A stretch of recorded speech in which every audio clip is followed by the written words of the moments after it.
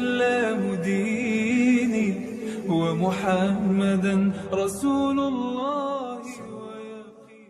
Assalamualaikum warahmatullahi wabarakatuh. Bismillahirrahmanirrahim. Alhamdulillahi rabbil alamin. Wassalatu wassalamu ala sayyidina Muhammad wa ala alihi wa sahbihi ajma'in. Amma ba'd. Sahabat Lentera Iman yang dirahmati Allah, ada satu kata yang sangat sering kita ucapkan, namun mungkin paling sulit untuk dipraktikkan.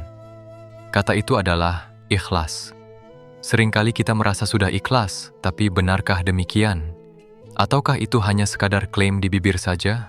Imam Zunnun Al-Misri, seorang ulama besar yang dikenal akan kedalaman ilmu tasawufnya, memberikan kita sebuah alat ukur untuk memeriksa kejujuran hati kita.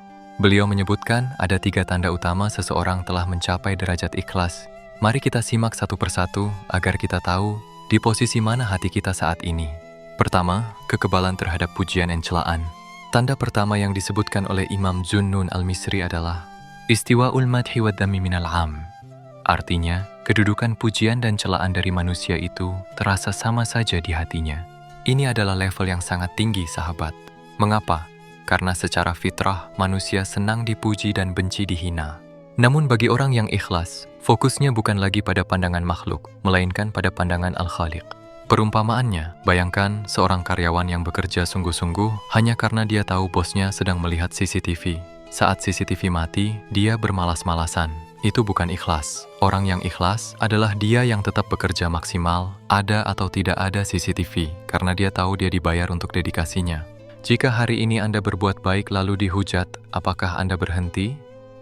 Jika Anda dipuji setinggi langit, apakah Anda menjadi sombong?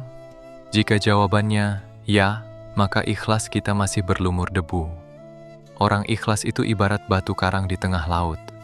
Dihantam ombak celaan tidak hancur, disinari matahari pujian tidak juga meleleh. Kedua, melupakan amal yang telah dilakukan. Tanda kedua adalah nisyatu ru'yatil a'mali fil a'mal, artinya melupakan penglihatan atas amal saat sedang beramal. Sederhananya, jangan diingat-ingat. Seringkali setelah kita bersedekah atau membantu orang, kita menyimpan memori itu dalam sebuah folder bernama jasa saya. Akhirnya, ketika orang yang kita bantu menyakiti hati kita, kita akan berkata, tega ya dia, padahal dulu kalau bukan karena saya.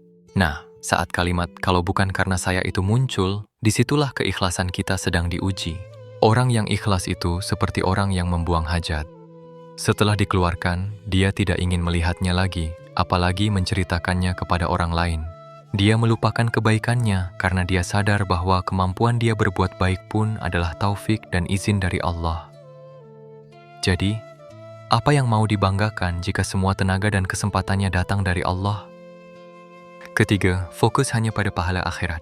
Tanda ketiga adalah iqtida'u thawabil amali fil akhirah. Artinya, mengharapkan balasan amal sepenuhnya hanya di akhirat. Dunia ini hanyalah tempat menanam, bukan tempat panen yang sesungguhnya. Orang yang ikhlas tidak terlalu pusing jika di dunia dia tidak mendapatkan feedback yang manis.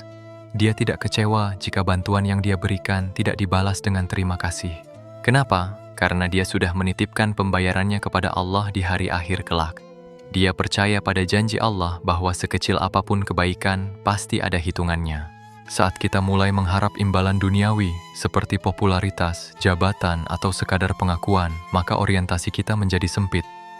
Namun, saat kita arahkan pandangan kita ke akhirat, maka hati akan menjadi luas dan tenang. Tidak ada kata rugi bagi orang yang ikhlas. Sahabat Lentera Iman yang dirahmati Allah, ikhlas memang bukan ilmu satu malam.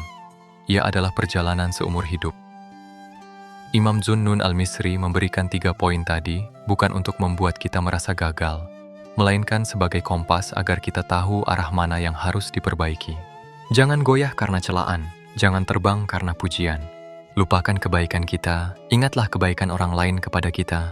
Simpan harapan kita hanya di tangan Allah, Sang Pemilik Hari Pembalasan. Mari kita berdoa, semoga Allah senantiasa membersihkan hati kita dari penyakit ria, ujub, dan sum'ah. Semoga setiap lelah kita menjadi lillah. Terima kasih telah menyimak kajian singkat di Lentera Iman. Jika menurut Anda video ini bermanfaat, silakan bagikan kepada keluarga dan sahabat lainnya. Karena menyebarkan kebaikan adalah salah satu jalan menuju ridhanya.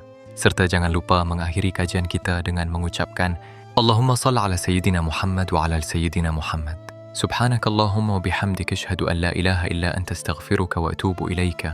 والسلام عليكم ورحمة الله وبركاته. صل وسلم دائما